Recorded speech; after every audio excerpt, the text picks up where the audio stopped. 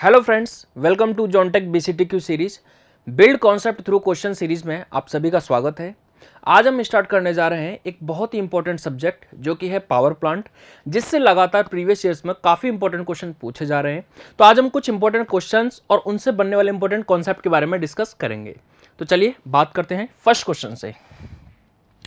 तो हमारा first question है the boiler accessories installed to recover heat from exhaust flue gases for feed water heating is called। सबसे पहले बात हो रही है यहां पर किसकी? बॉयलर एसेसरीज की।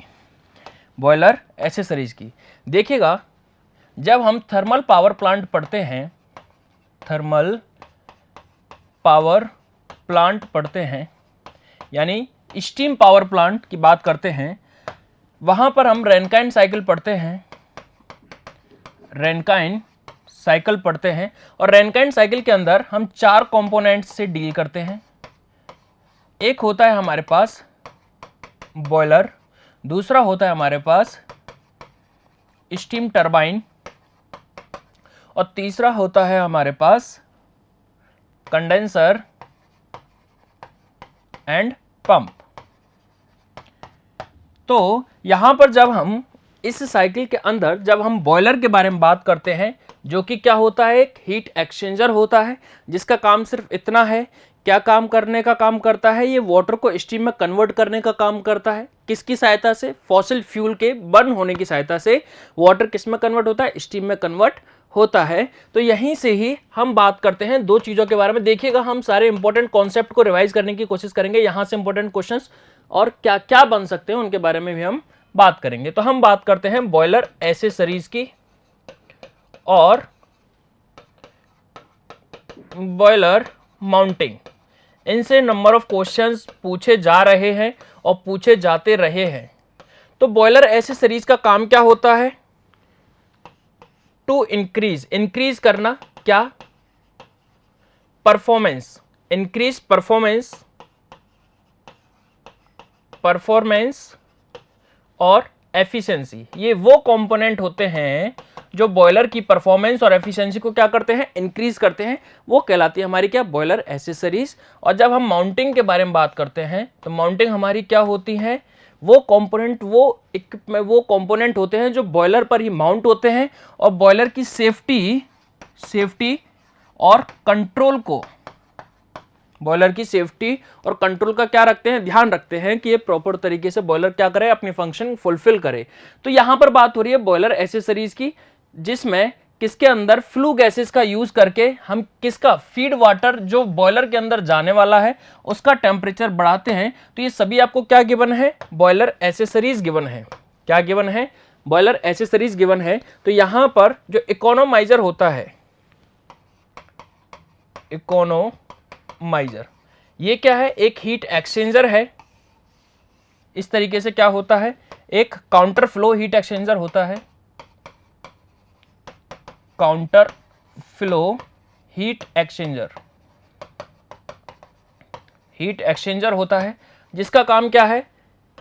जिसका काम इतना है कि यहां से जो बॉयलर के अंदर फीड वाटर जाने वाला है उसको क्या कर देना? थोड़ा हीट कर देना, जिससे कि बॉयलर के अंदर फ्यूल की रिक्वायरमेंट क्या हो जाए? कम हो जाए, और अल्टीमेटली बॉयलर की एफिशिएंसी क्या हो जाती है? इंक्रीज हो जाती है। तो ये एक तरीके का काउंटर फ्लो हीट एक्सचेंजर है, जिसमें एक साइड से आपकी फ्लू गैसेस और दूसरी साइड से आपका फीड वाटर और एक साइड से आपकी फ्लू गैस फ्लो होती हैं। ठीक है, तो फीड वाटर को हीट करने का काम फ्लू गैसेस की एनर्जी को यूज करके करने का काम कौन करता है? आपका इकोनोमाइजर। तो यहां पर आंसर होगा आपका बॉम्बे बी। आंसर होगा बॉम्बे बी। बाकी के ऑप्शंस पर भी चर्चा कर लेते हैं। तो बाकी का ऑप्शन है, ऑप्शन ए है हमारा सुपर हीटर। ये भी क्या है? Boiler accessories. ये सारी क्या है? बॉयलर एसेसरीज है, यानी जो बॉयलर की एफिशिएंसी और परफॉर्मेंस को बढ़ाती हैं, इफेक्ट करती हैं। जब हम सुपर हीटर की बात करते हैं,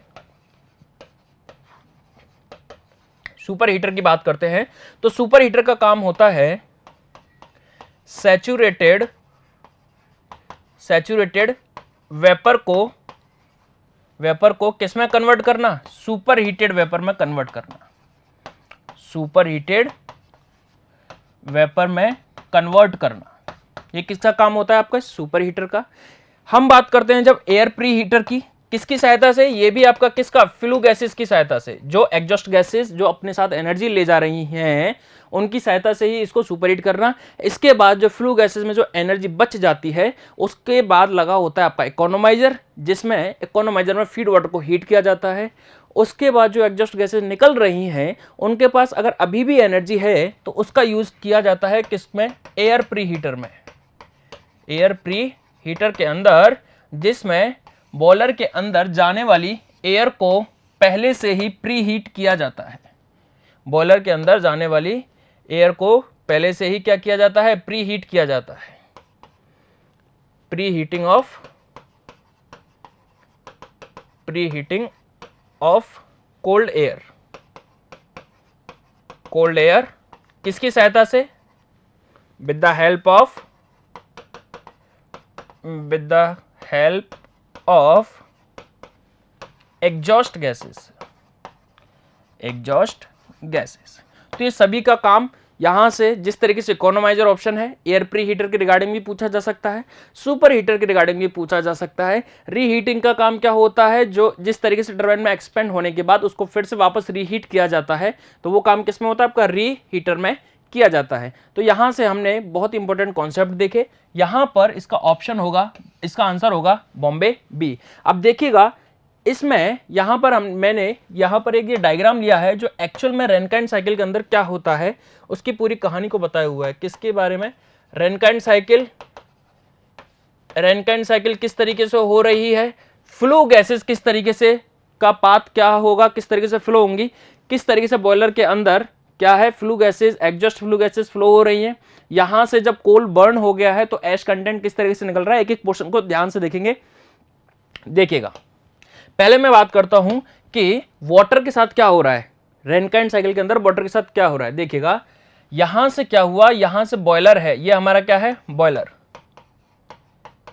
इस बॉयलर से वाटर, ये जो ब्लू जो भी दिख रहा है ये किसके बारे में है, स्टीम यानी वाटर के बारे में है, कि वाटर की साइकिल किस तरीके से चल रही है। एक बार ध्यान से देखिएगा, इमेज दिमाग में आपके सेट होने वाली है। बॉयलर से आपका क्या बना, स्टीम कन्वर्ट हुई, स्टीम सुपर हीटर से जाने के बाद वाल्व के थ्रू किस पर जाएगी, टरबाइन के पास जाएगी। यहां पर नोजल और टरबाइन का सेट लगा होता है। नोजल से जो स्टीम है वो एक्सपेंड करती है और हीट एनर्जी किस में कन्वर्ट होती है, हाई काइनेटिक एनर्जी में कन्वर्ट होती है। हाई काइनेटिक एनर्जी जब इस एनर्जी के साथ टरबाइन के ऊपर पड़ती है तो टरबाइन को रोटेट कराएगी, स्टीम एक्सपेंड होती है और फिर ये कंडेंसर में क्या किया जाता है, हीट को रिजेक्ट किया जाता है और ये क्या है आपका, पंप की सहायता से फिर से वापस इसको बॉयलर में भेजा जाता है। तो ये जो ब्लू जो दिख रहा है आपको सेक्शन, ये किसका है, स्टीम के फ्लो को बता रहा है, यानी एक तरीके से आपकी रैनकाइंड साइकिल को डिपिक्ट कर रहा है। इधर यहां से देखें, ये जो आपको रेड सेक्शन आपको जो दिखा रखा है, यहां से आपके पास कोल आया, कोल हैंडलिंग प्लांट से कोल जाता है यहां पर किसके अंदर, बॉयलर के अंदर। ध्यान से सुनिएगा, बॉयलर के अंदर ग्रेट पर कोल बर्न हुआ, बर्न होने के बाद क्या बच जाएगा, उसका ऐश बच जाएगा, जिसको हमने ऐश कंटेंट बोला, उसको कलेक्ट कर लेते हैं हम किसमें, ऐश पिट में, और उसको बाद में डिस्पोज कर दिया जाता है ऐश हैंडलिंग प्लांट के अंदर। ये सेक्शन एक अलग गया, ये सेक्शन एक अलग गया। अब बात करते हैं कि सर जो यहां से फ्यूल हमारा जब बर्न हो गया, एयर के साथ उसने क्या बना ली, फ्लू गैसेस बना लेता है, तो फिर जो वो फ्लू गैसेज हैं वो किस तरीके से फ्लो करती हैं, तो बॉयलर से सबसे पहले जाती हैं। ये जो येलो वाला जो दिख रहा है, ये जो येलो वाला है, ये किसका पाथ है, आपके फ्लू गैसेस का पाथ है, फ्लू गैसेस का पाथ है। तो बॉयलर से सबसे पहले फ्लू गैसेस सुपर हीटर में जाती हैं, जहां पर सैचुरेटेड स्टीम किस में कन्वर्ट होती है, आपके सुपर हीटेड स्टीम में। उसके बाद ये किसके अंदर जाती है, इकोनोमाइजर, जिसका हमने अभी अभी क्वेश्चन देखा कि इकोनोमाइजर के अंदर जो फीड वाटर है जो यहां से आ रहा है, वो बॉयलर में जाने से पहले यहां पर क्या होता है, थोड़ा हीट कराया जाता है, जिससे बॉयलर में फ्यूल की रिक्वायरमेंट क्या हो जाती है, कम हो जाती है। इसके बाद ये जो फ्लू गैसेज हैं, एग्जॉस्ट गैसेज जो जा रही हैं, वो किसके अंदर जाती हैं, प्री हीटर के अंदर जाती हैं।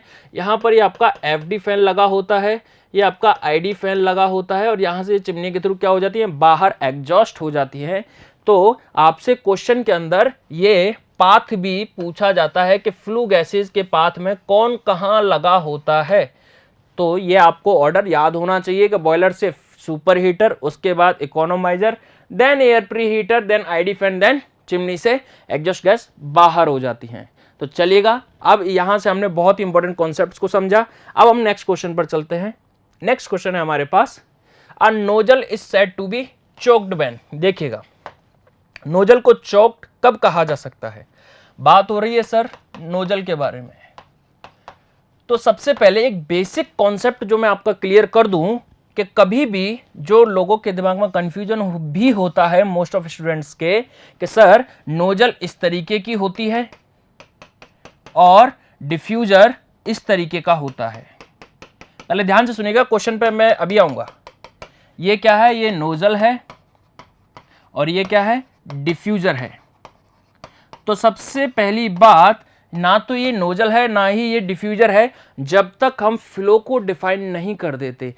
जब भी नोजल और डिफ्यूजर के बारे में बात की जाती है तो सबसे पहला क्वेश्चन ये होना चाहिए कि सर इसके अंदर से जाने वाला फ्लूइड कौन सा है।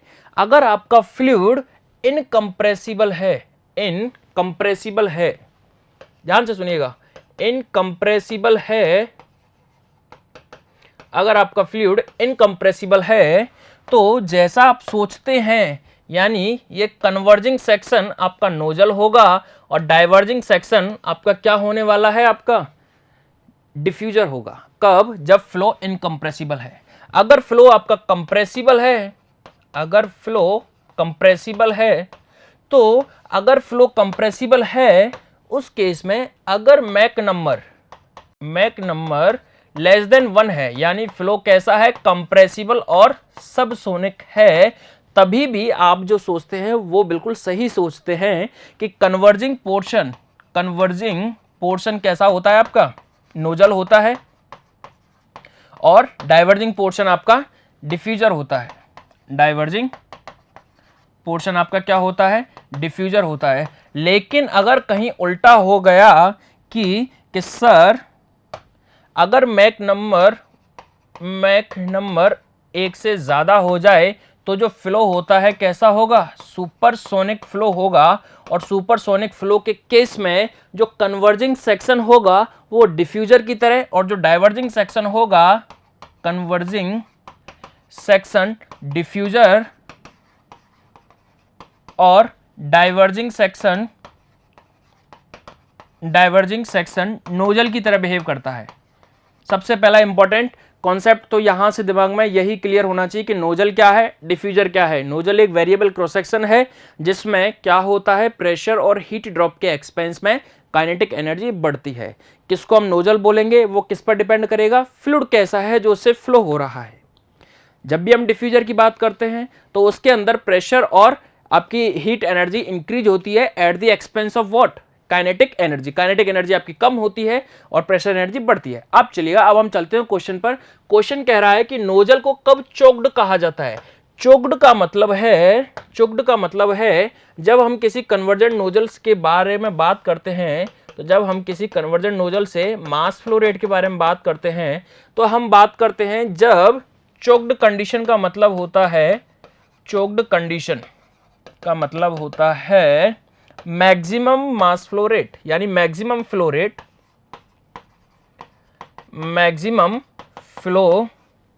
Rate through nozzle. नोजल से मैक्सिमम फ्लो रेट कितना है? नोजल से मैक्सिमम फ्लो रेट, और यहां पर जब हम कन्वर्जेंट नोजल से बात करते हैं तो मैक्सिमम फ्लो रेट कहां पर हमें देखने को मिलता है? ये इनलेट है, ये आउटलेट है, तो हमें मैक्सिमम फ्लो रेट कहां पर देखने को मिलता है? आउटलेट पर।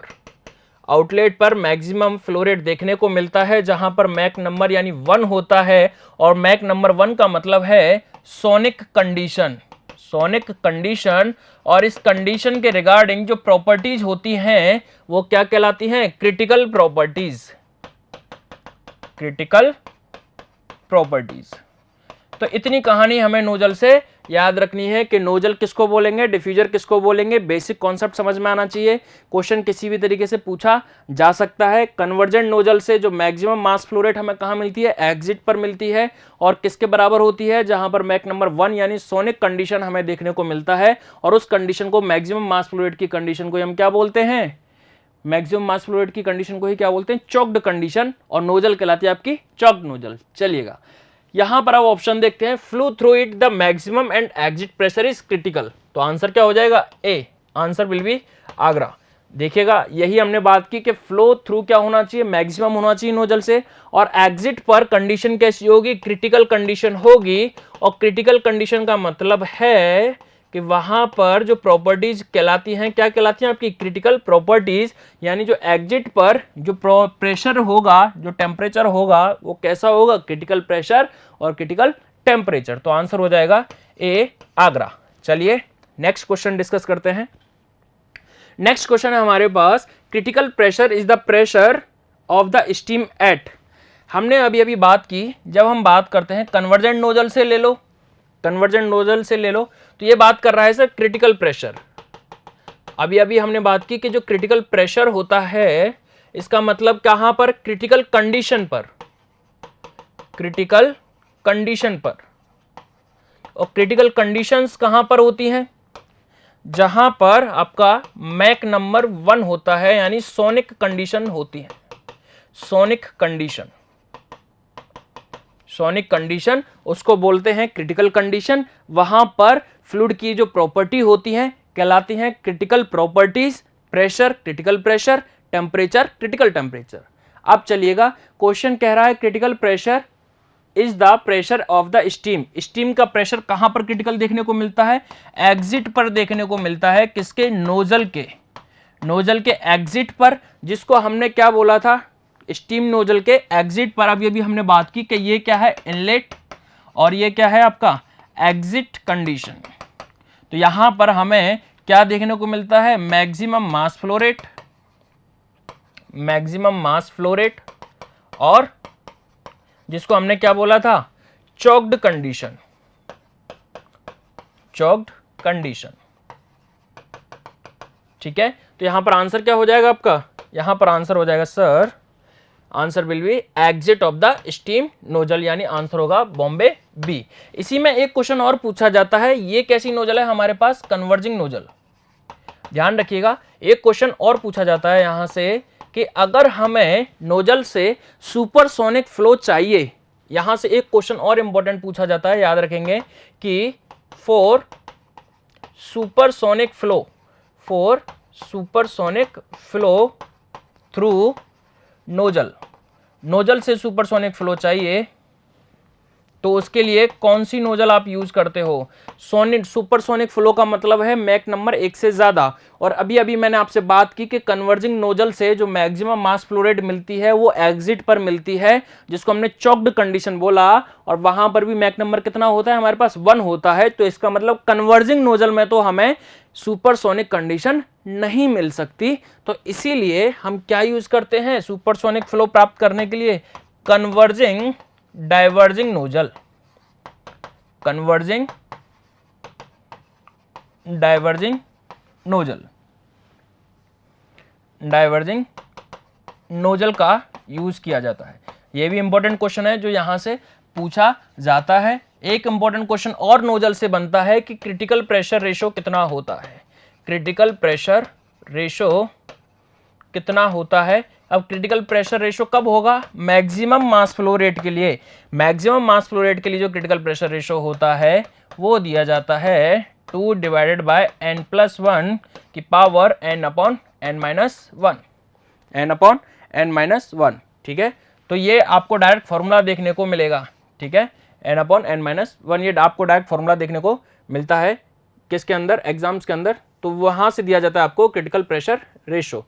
ठीक है, तो यहां से इंपॉर्टेंट क्वेश्चन आपके यही बनते हैं। चलिए अब हम नेक्स्ट क्वेश्चन पर चलते हैं। नेक्स्ट क्वेश्चन है हमारे पास, for complete specification of super heated vapour one needs, यानी अगर हमें सुपर हीटेड जोन में वेपर को स्पेसिफाई करना है कि उसकी स्टेट क्या है, तो हमें क्या क्या क्या क्या प्रॉपर्टीज की जरूरत पड़ती है उसके बारे में बात करते हैं। तो चलिएगा सबसे पहले हम एक टीएच डायग्राम बनाते हैं, टेम्परेचर एंट्रोपी डायग्राम।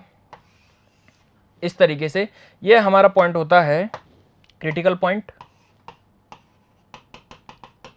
क्रिटिकल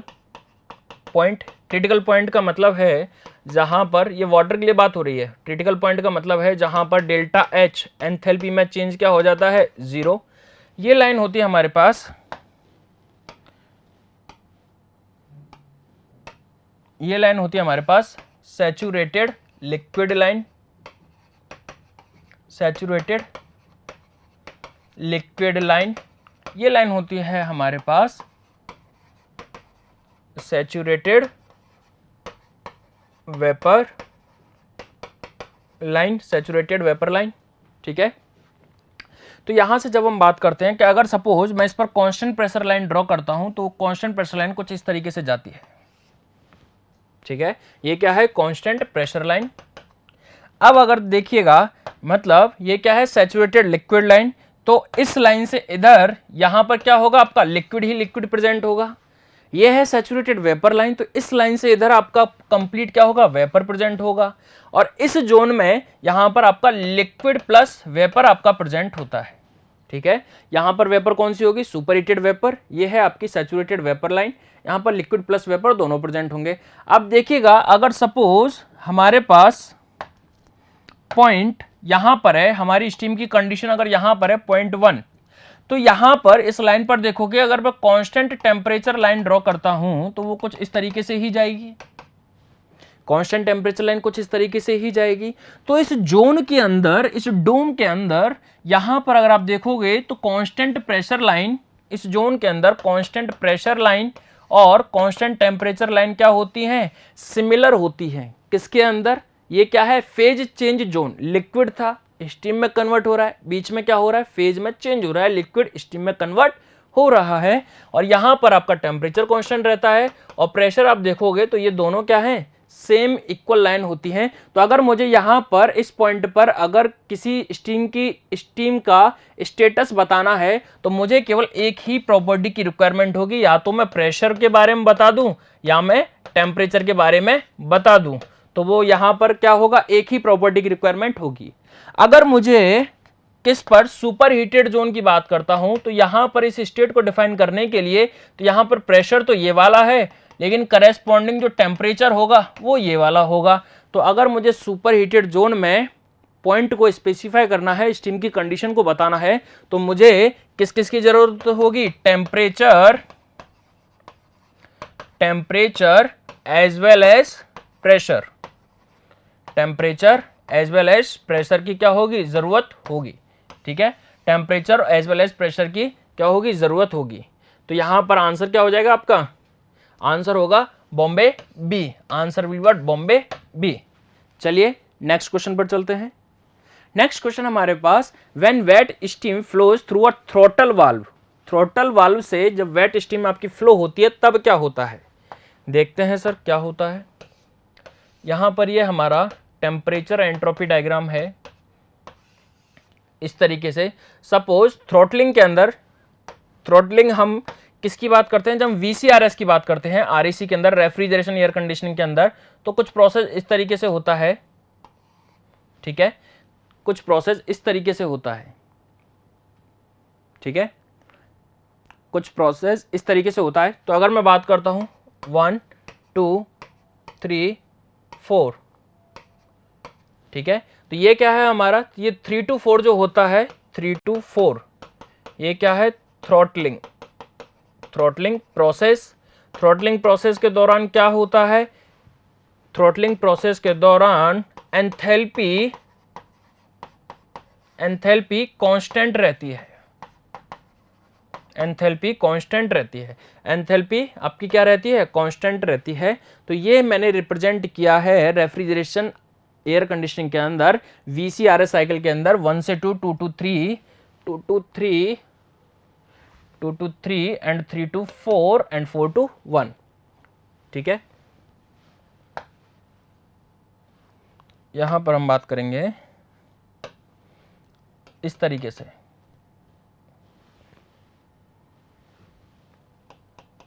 ठीक है। अब हम बात कर रहे हैं कि सर अगर ये प्रोसेस किसके अंदर है, हम किसकी बात कर रहे हैं, वेट स्टीम की बात कर रहे हैं। वेट स्टीम का मतलब है हमारी स्टीम कहीं भी है इस जोन में, अगर हम इसको थ्रोटल कराते हैं तो क्या होगा। थ्रोटलिंग का प्रोसेस में टेम्परेचर एंट्रोपी डायग्राम की अगर मैं बात कर रहा हूं तो यहां पर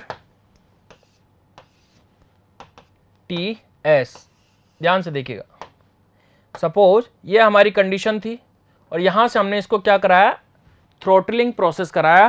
थ्रोटलिंग के दौरान क्या होगा, इस तरीके से क्या हुई, एक्सपेंड हुई। थ्रोटलिंग के दौरान क्या हुई, ये हमारी कंडीशन 1 थी और ये कहां पर पहुंच गई, कंडीशन 2 पर पहुंच गई, कंडीशन 2 पर पहुंच गई। तो अगर मैं बात करता हूं कि यहां पर क्या हुआ इसके साथ, ये हमारी कंडीशन 1, ये 2, ठीक है। तो इस प्रोसेस में क्या हो रहा है, एक तो एंथैल्पी H आपकी क्या है, कांस्टेंट है। तो यहां पर अगर आप देखोगे तो थ्रोटलिंग के दौरान क्या हो रहा है, टेम्परेचर आपका क्या हो रहा है, कम हो रहा है, यानी टेम्परेचर कम हो रहा है। टेम्परेचर तो आपका सर कम हो रहा है, डिक्रीज कर रहा है। अगर मैं एंट्रोपी के बारे में बात करता हूं तो एंट्रोपी क्या हो रही है, हमारी इंक्रीज हो रही है। एंट्रोपी क्या हो रही है, इंक्रीज हो रही है। और अगर आप ध्यान से देखेंगे तो जैसे जैसे हम इस लाइन की साइड में जाते हैं, ये कौन सी लाइन है, सैचुरेटेड वेपर लाइन, जैसे जैसे इस लाइन की साइड में जाते हैं तो इसका मतलब होता है कि मिक्सचर के अंदर वेपर का कंटेंट क्या हो रहा है, इंक्रीज हो रहा है। यानी अगर वेपर का कंटेंट इंक्रीज हो रहा है यानी स्पेसिफिक वॉल्यूम किसका, वेपर का, यानी क्या होता है, ज्यादा होता है। तो अल्टीमेटली स्पेसिफिक वॉल्यूम क्या हो रहा है, बढ़ रहा है, इंक्रीज हो रहा है। स्पेसिफिक वॉल्यूम क्या हो रहा है आपका, इंक्रीज हो रहा है। तब आपके ऑप्शन देख लीजिए, आपको क्या क्या गिवन है। ऑप्शन कह रहा है इट्स टेम्परेचर इंक्रीजेस। अच्छा, जैसे जैसे हम इस साइड में जाएंगे, ड्राइनेस फ्रैक्शन के बारे में क्या कह सकते हैं, किसके बारे में, ड्राइनेस फ्रैक्शन। ड्राइनेस फ्रैक्शन का मतलब है कि ये जो पूरा लिक्विड प्लस वेपर का जो मिक्सचर है, इसमें टोटल मिक्सचर में कितना मास वेपर का प्रेजेंट है। तो ये होता है आपका क्या, ड्राइनेस फ्रैक्शन। जितना वेपर का कंटेंट ज्यादा होगा यानी स्टीम आपकी कितनी ड्राई है, उसमें मॉइस्चर कंटेंट कितना कम है। जितना मॉइस्चर कंटेंट कम होगा उतना ही ड्राइनेस फ्रैक्शन क्या होगा आपका, ज्यादा होगा, ठीक है। तो यहां से देखिए जैसे जैसे इस डायरेक्शन में जाऊंगा तो ड्राइनेस फ्रैक्शन भी आपका क्या होगा, इंक्रीज होगा। ड्राइनेस फ्रैक्शन इंक्रीज होगा, ड्राइनेस फ्रैक्शन इंक्रीज होगा और आपकी एंट्रोपी भी इंक्रीज होगी, टेम्परेचर डिक्रीज होगा और स्पेसिफिक वॉल्यूम इंक्रीज होगा। आपको जो भी दे रखे हो आप उनके रिगार्डिंग आप आंसर को चूज कर सकते हैं। तो आपको ऑप्शन में क्या क्या गिवन है, इट्स टेम्परेचर इंक्रीजेस, बिल्कुल गलत। टेम्परेचर इसका क्या होता है, डिक्रीज होता है। और ड्राइनेस फ्रैक्शन इंप्रूव, ये तो सही है लेकिन ये वाला ऑप्शन गलत हो जाएगा। टेम्परेचर इंक्रीज वाला तो कोई ऑप्शन होगा ही नहीं, ठीक है। यहां पर देखेंगे its temperature and dryness fraction decreases, जबकि ड्राइनेस फ्रैक्शन हमारा क्या हो रहा था, इंप्रूव हो रहा था, यानी वेपर कंटेंट हमारा बढ़ रहा था, ठीक है, एक्सपेंड होने के साथ। ये प्रोसेस को देखो 3 to 4 में इस तरीके से होता है। इसी तरीके से ये क्या होगा, एक्सपेंड कर रहा है 1 से 2 में, यानी थ्रोटलिंग हो रही है। तो यहां पर टेम्परेचर तो आपका डिक्रीज होगा जबकि ड्राइनेस फ्रैक्शन आपका इंप्रूव होगा। तो आंसर होगा यहां पर सी, कैलकाटा। चलिएगा नेक्स्ट क्वेश्चन पर चलते हैं। नेक्स्ट क्वेश्चन है हमारे पास, compounding of steam turbine is done. Steam turbine की कंपाउंडिंग क्यों की जाती है, स्टीम टरबाइन, ध्यान से सुनिएगा कहानी। स्टीम टरबाइन, देखिएगा बात चल रही है स्टीम टरबाइन की। तो सबसे पहली बात, ये जो कंपाउंडिंग है, स्टीम टरबाइन को वर्किंग प्रिंसिपल के आधार पर 2 भागों में डिवाइड किया है। वर्किंग प्रिंसिपल, ध्यान से सुनेंगे, वर्किंग प्रिंसिपल के आधार पर 2 भागों में डिवाइड किया है। कौन कौन से, इंपल्स टरबाइन और रिएक्शन टरबाइन या इंपल्स रिएक्शन टरबाइन। ठीक है।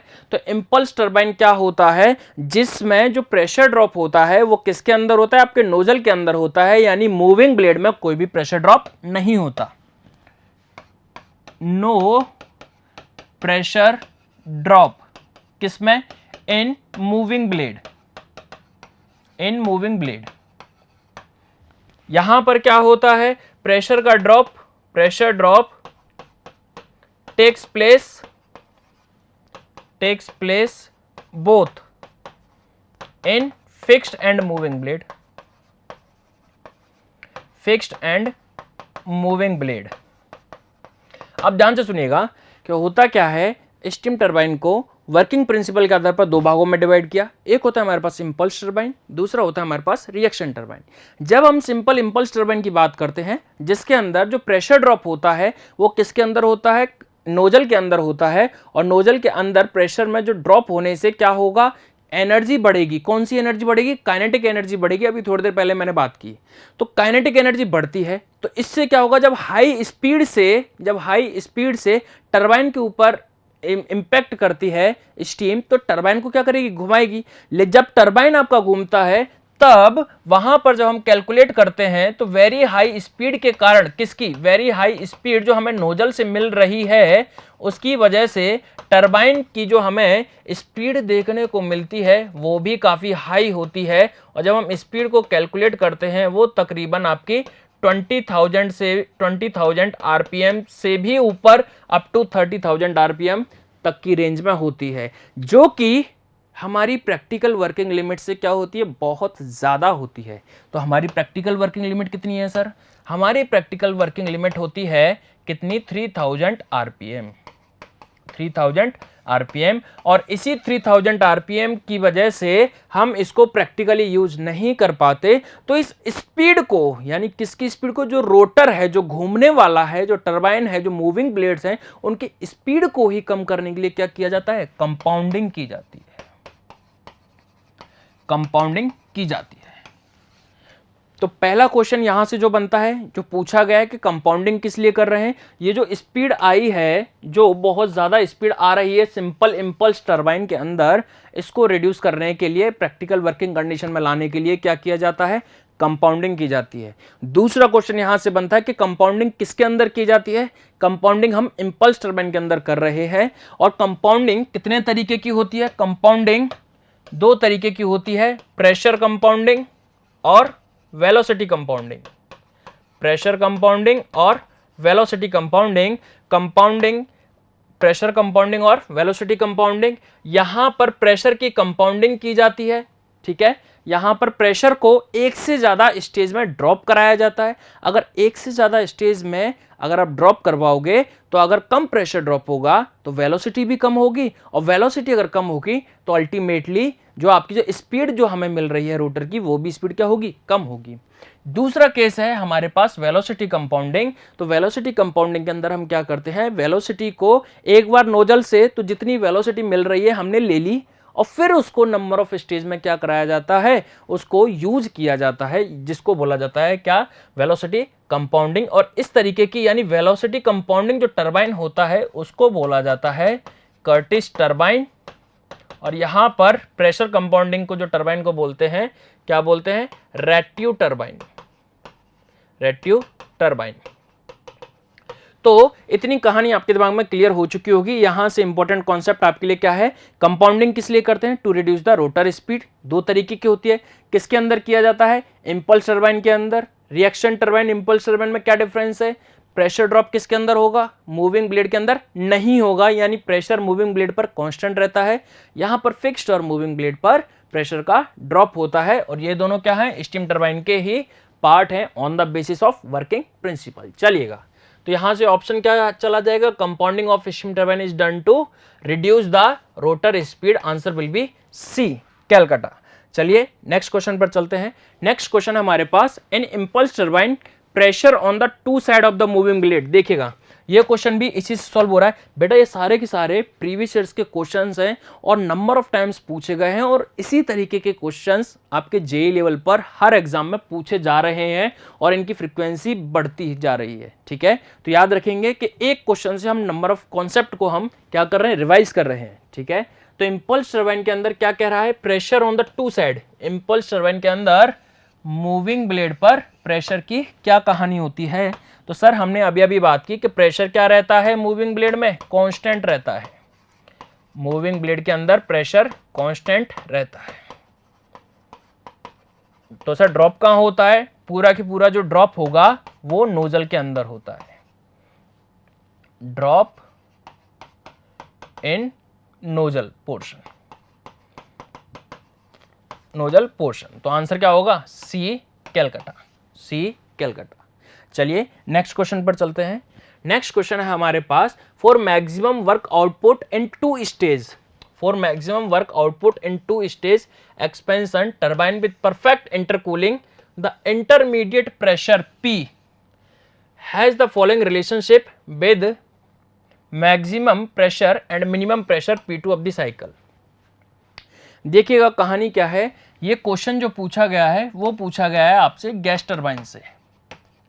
गैस टरबाइन से जब हम टरबाइन का यूज करते हैं तो टरबाइन से हमें, गैस टरबाइन के अंदर बात कर रहा हूं, गैस टरबाइन, तो टरबाइन के अंदर हम दो चीजों के लिए बहुत ज्यादा उत्सुक होते हैं क्योंकि ये पावर प्रोड्यूसिंग साइकिल पर वर्क करते हैं। तो यहां पर हम वर्क आउटपुट की बात करते हैं कि टरबाइन से हमें कितना वर्क मिल रहा है, और दूसरा उस टरबाइन की एफिशिएंसी कितनी है। और जब हम इन दोनों के बारे में एनालिसिस करते हैं तो हम चाहते हैं इनको बढ़ाना। तो इनको बढ़ाने के लिए यानी एफिशिएंसी को बढ़ाने के लिए हम बात करते हैं किसकी, रीजनरेशन की, रीजनरेशन की। ठीक है, और जबकि जब हम बात करते हैं किसके बारे में, वर्क आउटपुट के बारे में। ध्यान से सुनिएगा, यहीं से एक क्वेश्चन से आपके पूरे गैस टरबाइन के सारे कॉन्सेप्ट आपके क्लियर होने वाले हैं। ध्यान से सुनिएगा, वर्क आउटपुट की जब हम बात करते हैं तो हमारे पास जो डब्ल्यू नेट होता है टरबाइन, गैस टरबाइन के अंदर, वो होता है W turbine minus W compressor, W turbine minus W compressor. तो जब हम चाहते हैं कि हमारी एफिशिएंसी को बढ़ाना तो हम प्रोसेस जो यूज करते हैं वो करते हैं रीजनरेशन। और जब हम चाहते हैं कि हमारा जो नेटवर्क आउटपुट बढ़ना चाहिए तो उसके लिए हमारे पास दो तरीके हैं कि सर या तो आप इस टरबाइन के वर्क को बढ़ा लो कंप्रेसर का वर्क सेम रखकर, तो भी आपका डब्ल्यू नेट बढ़ जाएगा, या फिर आप हमारे पास ये जो कंप्रेसर का जो वर्क है इसको कम कर लो, तब भी आपका डब्ल्यू नेट जो होगा वो क्या होता है, बढ़ जाता है, वो भी क्या होगा, बढ़ जाएगा। तो इसी डब्ल्यू कंप्रेसर को कम करने के लिए, डब्ल्यू कंप्रेशर को कम करने के लिए हम करते हैं क्या, इंटरकूलिंग। इंटरकूलिंग यानी जहां तक कंप्रेस करना चाहिए था वहां तक कंप्रेस ना करके थोड़ा कंप्रेस करते हैं, फिर उसको कूल कर लेते हैं, फिर से वापस उसको कंप्रेस किया जाता है। इस तरीके से हमारे वर्क की क्या होती है, कंप्रेसर वर्क क्या होता है, कम होता है, और ये कौन सा वर्क है जो हम दे रहे होते हैं उसकी सेविंग होती है। तो अल्टीमेटली हमारा डब्ल्यू नेट बढ़ता है।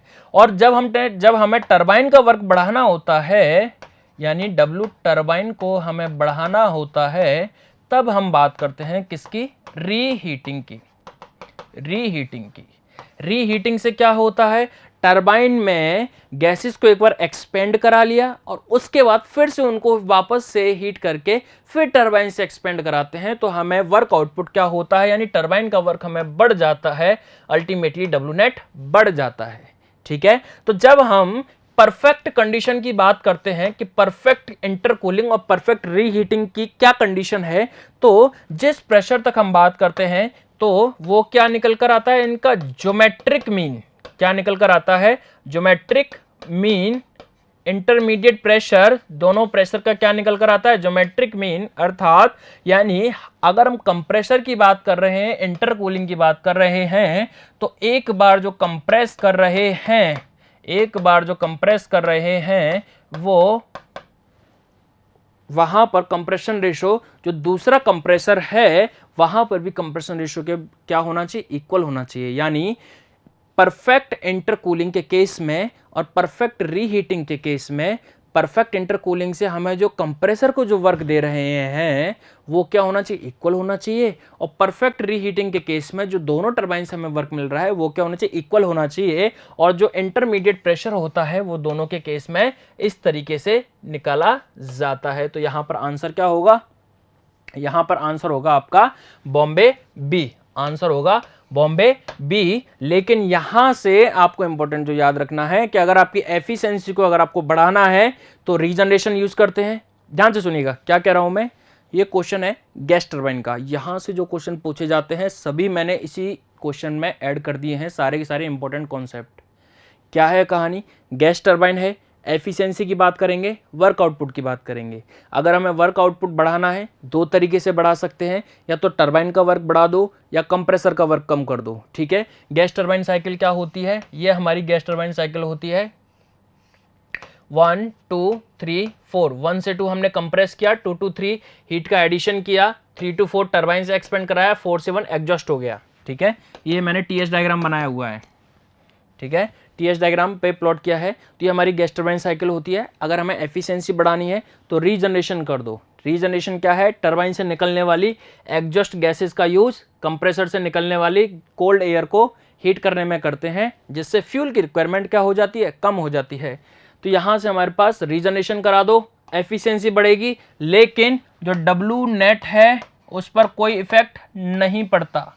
जो हमारा जो डब्ल्यू नेट है उस पर कोई भी इफेक्ट नहीं पड़ता। ये इंपॉर्टेंट क्वेश्चन है जो मैं आपको बता रहा हूं, यहां से पूछे जाते हैं कि जब मैं रीजनरेशन करता हूं गैस टरबाइन के अंदर, रीजनरेशन किसके अंदर, गैस टरबाइन के अंदर, तो एफिशिएंसी तो बढ़ती है लेकिन जो डब्ल्यू नेट है नो चेंज, उसमें कोई भी चेंज नहीं होता। लेकिन जब मैं बात करता हूं इंटरकूलिंग और रीहीटिंग की, ये दोनों अलग अलग होंगे। इंटरकूलिंग कंप्रेसर के लिए, रीहीटिंग टरबाइन के लिए। मैं रिजल्ट लिख रहा हूं, यहां पर आपका डब्ल्यू नेट तो बढ़ता है लेकिन एफिशिएंसी आपकी क्या होती है, डिक्रीज होती है। किसके लिए, गैस टरबाइन के लिए। ये इंपॉर्टेंट क्वेश्चन है, यहां से यही क्वेश्चंस मोस्टली पूछे जाते हैं। चलिए अब हम नेक्स्ट क्वेश्चन पर चलते हैं। नेक्स्ट क्वेश्चन हमारे पास, critical pressure of the steam कितना होता है। क्रिटिकल प्रेशर की बात की जा रही है, तो यानी ये किस पर बात कर रहा है, इस क्रिटिकल पॉइंट पर बात कर रहा है। ये पॉइंट क्या होता है आपका, ये पॉइंट होता है आपका क्रिटिकल पॉइंट, क्रिटिकल पॉइंट। अब इसको कुछ कलाकारी मत दिखा देना कि क्रिटिकल प्रेशर की बात कर रहा है तो उसको नोजल में लेकर चले जाओ, ये वाटर के क्रिटिकल पॉइंट की बात कर रहा है। ठीक है, तो यहाँ पर क्रिटिकल पॉइंट कितना होता है, क्रिटिकल पॉइंट पर टेम्परेचर होता है 374 डिग्री सेल्सियस, प्रेशर होता है अप्रॉक्स 221.2 बार। ठीक है, तो यहाँ पर देख लीजिए ऑप्शन आपका क्या है, ऑप्शन अप्रॉक्स। देखिए डायरेक्ट ये तो होंगे नहीं, तो अप्रॉक्स अगर ऑप्शन के पास जाओ नियरेस्ट तो क्या होगा, बॉम्बे बी।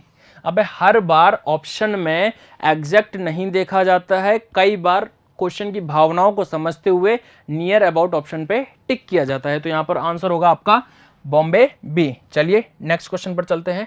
नेक्स्ट क्वेश्चन हमारे पास, which one of the following safety device is used, इनमें से कौन सी सेफ्टी डिवाइस का यूज किया जाता है टू प्रोटेक्ट, किसको बचाने के लिए, boiler when the water level falls below a minimum level, below a minimum level. हमने फर्स्ट क्वेश्चन में भी डिस्कस किया था किसके बारे में, बॉयलर एसेसरीज, बॉयलर एसेसरीज, और दूसरा हमने डिस्कस किया था बॉयलर माउंटिंग। तो हमने बॉयलर एसेसरीज को तो देखा था, economiser, super heater, reheater, air pre heater, steam trap और आपका स्टीम ड्रायर। तो ये सब कुछ क्या होते हैं, हमारे बॉयलर एसेसरीज होते हैं। लेकिन बॉयलर माउंटिंग्स क्या होते हैं, हमने बात की थी कि कुछ ऐसे कंपोनेंट जो बॉयलर की सरफेस पर ही लगे होते हैं और जो क्या काम करते हैं, सेफ्टी और कंट्रोल को देखते हैं, सेफ्टी और बॉयलर के कंट्रोल को देखते हैं। यानी एक तरीके से बॉयलर माउंटिंग क्या होते हैं, आपके प्रोटेक्टिंग डिवाइसेस, कि बॉयलर अपना सही से काम कर रहा है या नहीं, प्रोटेक्टिंग डिवाइस। तो जब यहां पर बॉयलर माउंटिंग की बात करते हैं, तो जब भी हम बात करते हैं तो एग्जाम्पल क्या है इसके, safety valve, safety valve, fusible plug,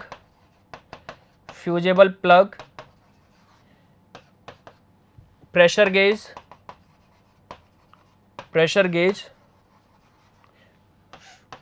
water indicator valve,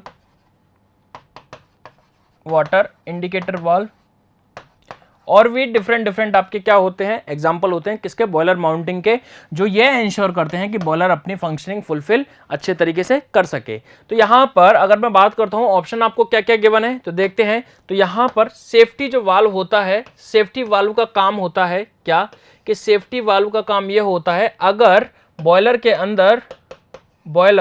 अंदर प्रेशर जो है वो एक लिमिट से ज्यादा हो गया, तो सेफ्टी वाल्व क्या होता है, ओपन हो जाता है और प्रेशर को एटमॉस्फेयर में क्या कर देता है, रिलीज कर देता है। Boiler pressure, excess boiler pressure को रिलीज करने का काम, एक्सेस बॉयलर प्रेशर को रिलीज करता है,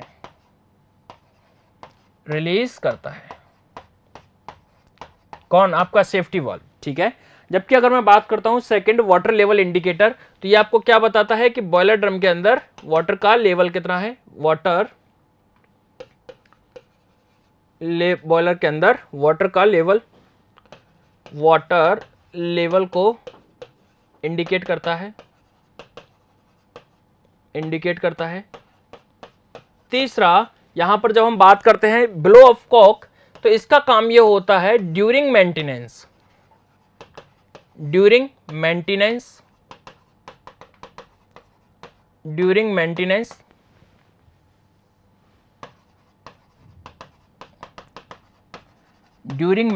बॉयलर को क्या करने का, जितने भी स्लज, केमिकल, सेडिमेंटेशन जो जमा हो गए हैं उनको रिमूव करने के लिए ब्लो ऑफ कॉक का यूज किया जाता है ड्यूरिंग मेंटेनेंस। अब लास्ट बच गया सर हमारे पास फ्यूजेबल प्लग। इसका काम क्या होता है, ये बॉयलर की बॉटम सरफेस पर लगा होता है और इसका काम ये होता है कि बॉयलर को ओवर हीटिंग से बचाना। किससे बचाना, टू प्रोटेक्ट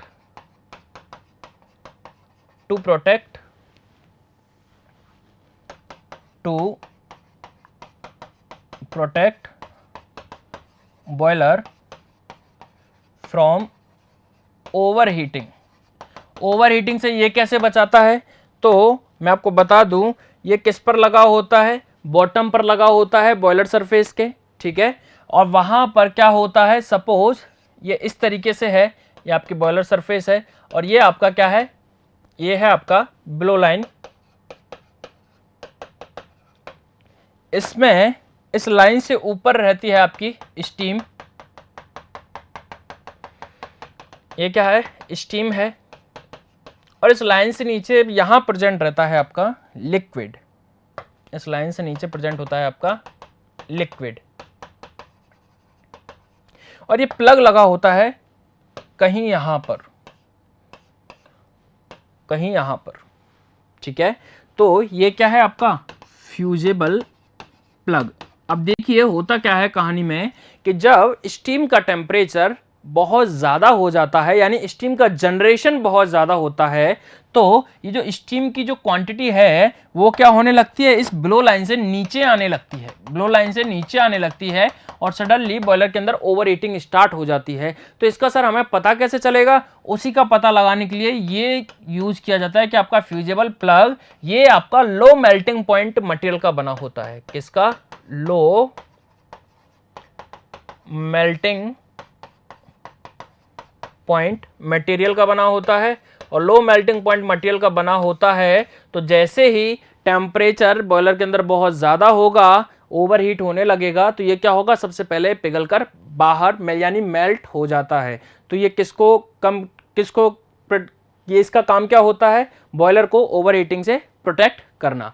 तो यहाँ पर क्वेश्चन में आपसे क्या पूछा हुआ है कि safety device use to protect boiler when the water level falls below a minimum level, ठीक है। वाटर लेवल का मतलब है जैसे जैसे स्टीम क्या होगा, स्टीम की क्वांटिटी ज्यादा होती जाएगी, वाटर का लेवल कम होता जाएगा, ठीक है। तो यहां पर आंसर हो जाएगा आपका सी कैलकाटा। आंसर क्या होगा आपका, सी कैलकाटा। चलिए नेक्स्ट क्वेश्चन पर चलते हैं। नेक्स्ट क्वेश्चन है हमारे पास, in a reaction turbine the heat drop in a fix blade is 8 kilojule per kg and the total heat drop per stage is 20 kilojule per kg. The degree of reaction is. सबसे पहले तो ये term degree of reaction important है, तो degree of reaction क्या होता है देख लेते हैं. डिग्री ऑफ रिएक्शन, थोड़ी देर पहले मैंने आपको बताया था कि जो टरबाइन होते हैं, कौन से स्टीम टरबाइन, उनको वर्किंग प्रिंसिपल के आधार पर दो तरीके से बांटा गया, इंपल्स टरबाइन और रिएक्शन टरबाइन. जब हमने वहां पर इंपल्स टरबाइन की तो कहानी की बात कर ली, अब हम यहां पर बात करेंगे रिएक्शन टरबाइन के बारे में, जिसमें हमने बोला कि जो प्रेशर का जो ड्रॉप है वो नोजल में ही नहीं होगा, यहाँ पर यानी मूविंग ब्लेड में भी प्रेशर का ड्रॉप होता है, जो कि इंपल्स टरबाइन के अंदर नहीं हो रहा था. यानी जो प्रेशर का जो ड्रॉप है वो फिक्स्ड ब्लेड और मूविंग ब्लेड दोनों के अंदर होता है. तो डिग्री ऑफ रिएक्शन आपको क्या बताता है कि मूविंग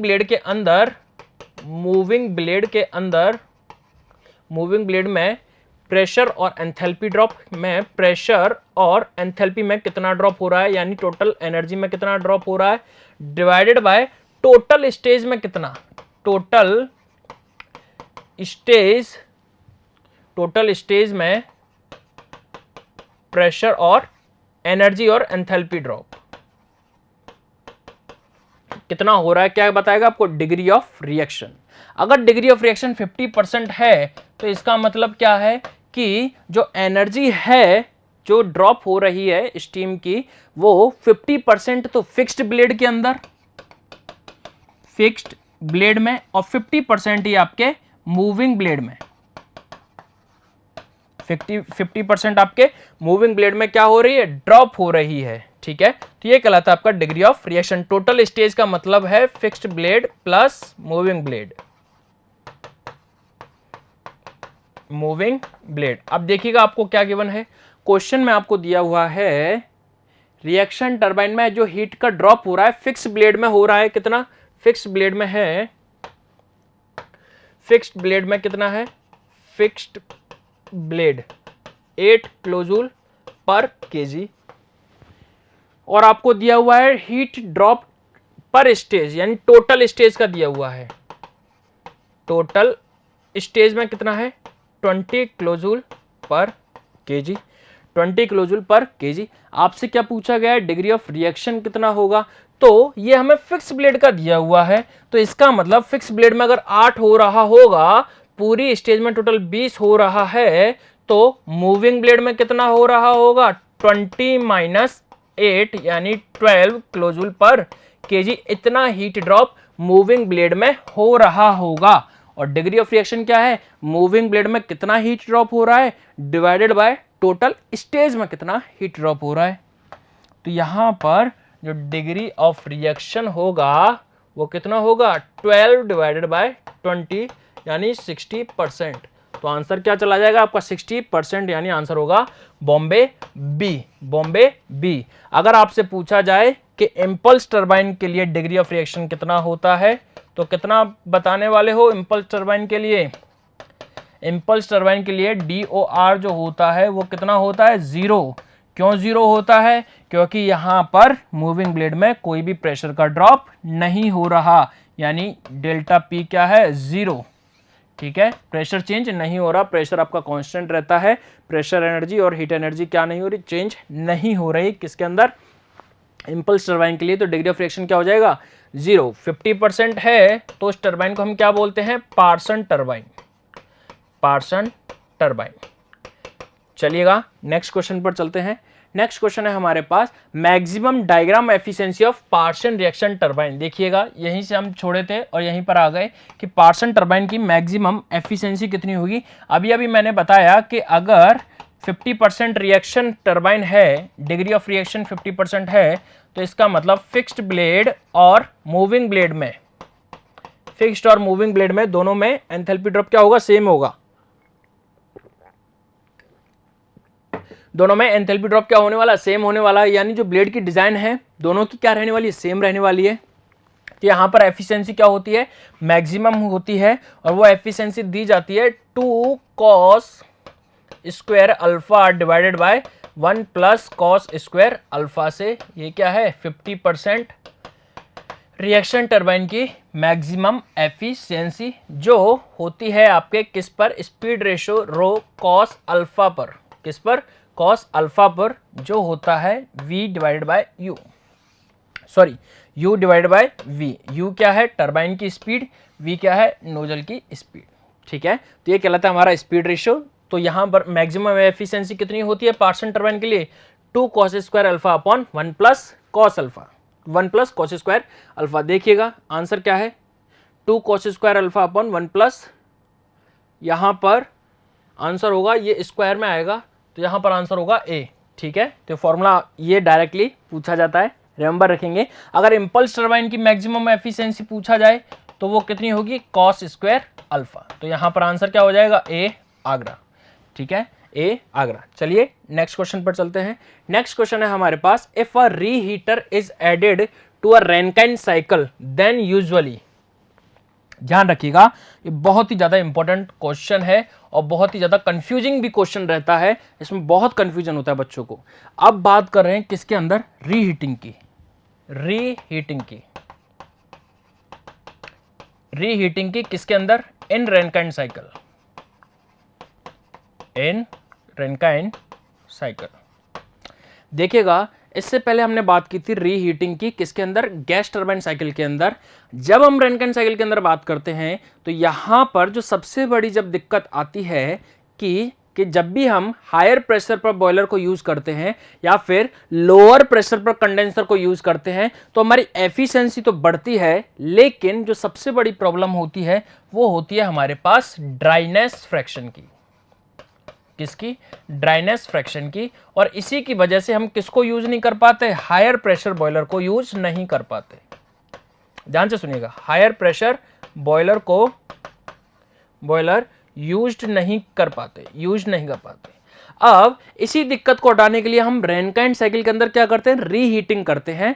अब जो रीहीटिंग करने से हमारे पास जो डब्ल्यू नेट है, ध्यान से सुनेंगे, जो डब्ल्यू नेट है वो तो हमेशा बढ़ता है और जो ड्राइनेस फ्रैक्शन है, ड्राइनेस फ्रैक्शन है वो भी हमेशा बढ़ता है, लेकिन जो हमारी एफिशिएंसी है वो क्या होती है, बढ़ती है। ध्यान से सुनिएगा, एफिशिएंसी हमारी बढ़ती है, लेकिन ये किस पर डिपेंड करती है एफिशिएंसी, हमारे मीन टेम्परेचर, किसका, हीट एडिशन का, mean temperature of heat addition पर। ये किस पर डिपेंड करती है हमारी efficiency, mean temperature of heat addition पर। अगर mean temperature of heat addition बढ़ रहा है तो हमारी एफिशिएंसी बढ़ती है, और अगर mean temperature of heat addition कम हो रहा है तो हमारी एफिशिएंसी कम होगी। कब, जब हमारा mean temperature of heat rejection क्या है, सेम है। ध्यान से सुनिएगा क्या कह रहा हूं, हमारी कार्नोट साइकिल की एफिशिएंसी होती है 1 माइनस टी मिन बाई टी मैक्स। ध्यान से सुनिएगा, ये क्या है, कार्नोट साइकिल की एफिशिएंसी। मैक्सिमम इतनी ही हो सकती है, मैक्सिमम मैंने बोला है मैक्सिमम, ना कि 100%। कार्नोट साइकिल क्या की एफिशिएंसी क्या होती है, मैक्सिमम, 100% नहीं। यानी कि जितनी भी साइकिलें होंगी उनमें मैक्सिमम किसकी होगी, कार्नोट साइकिल की होगी, 100% नहीं होगा, 100% नहीं होगा। यानी अगर मैं बोलता हूं कार्नोट साइकिल की एफिशिएंसी 10% है तो इसका मतलब 10% से ज्यादा कोई भी साइकिल लेकर आ जाओ उसकी साइकिल की एफिशिएंसी नहीं हो सकती। तो क्या होगी, मैक्सिमम होगी कार्नोट की। ठीक है, तो हमारा ऑब्जेक्टिव ये रहता है कि चलो ज्यादा नहीं तो यहीं तक पहुंच लो।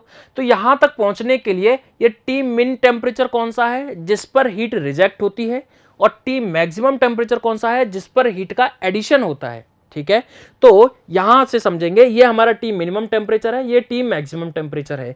अब जैसे जैसे इनके बीच का गैप बढ़ाऊंगा, जैसे जैसे इनके बीच का गैप बढ़ाऊंगा तो हमारी एफिशिएंसी क्या होती है, बढ़ती है। देखो इधर कैसे बढ़ती है, अगर मैं टी मिनिमम टेम्परेचर को कम करता हूं तो ये ओवरऑल वैल्यू कम होगी और 1 माइनस ओवरऑल वैल्यू क्या होगी, बढ़ जाएगी। या फिर मैं यहां पर टी मैक्सिमम को बढ़ाता हूं, टी मैक्सिमम को बढ़ाता हूं तो क्या होगा, ये ओवरऑल वैल्यू क्या होगी, कम होगी, और 1 माइनस ओवरऑल वैल्यू आपकी बढ़ जाएगी।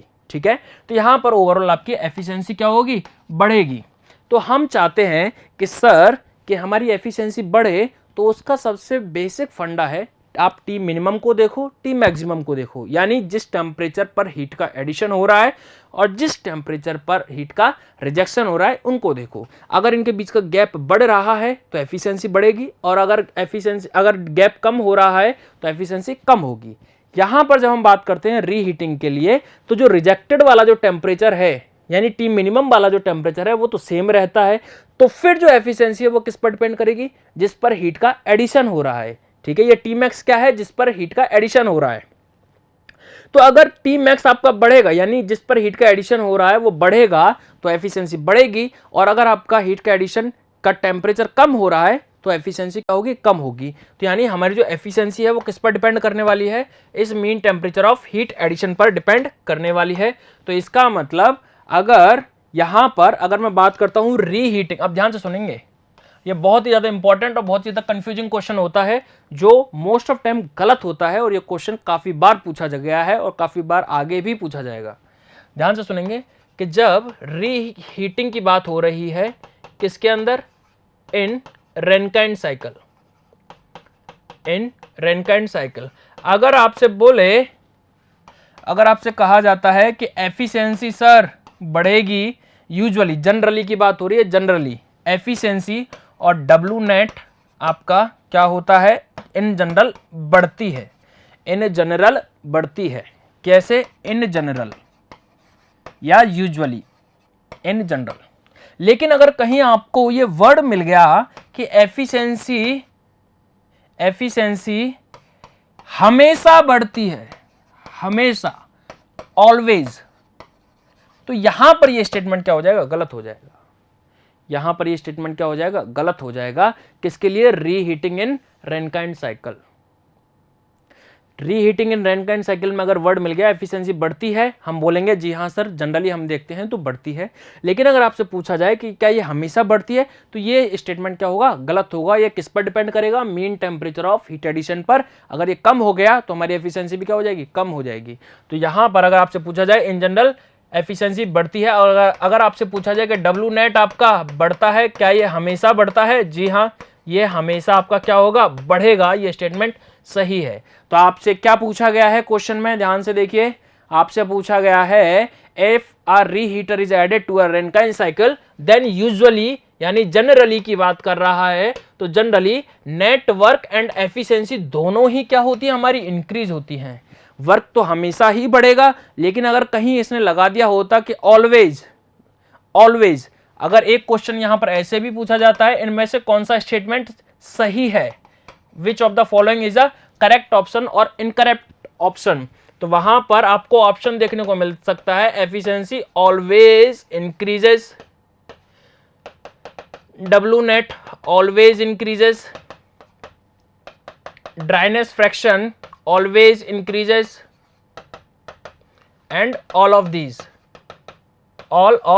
इनमें से इनकरेक्ट कौन सा है, इनकरेक्ट। तो आंसर क्या होगा माय डियर फ्रेंड्स, आंसर हो जाएगा आपका ये वाला, क्योंकि एफिशिएंसी हमेशा बढ़े ये जरूरी नहीं, लेकिन जनरली आपकी एफिशिएंसी बढ़ती है। तो इस तरीके से मेरे प्यारे दोस्तों हमने बहुत ही ज़्यादा इंपॉर्टेंट जो क्वेश्चंस थे, कंसेप्ट्स को कवर करने की कोशिश की है।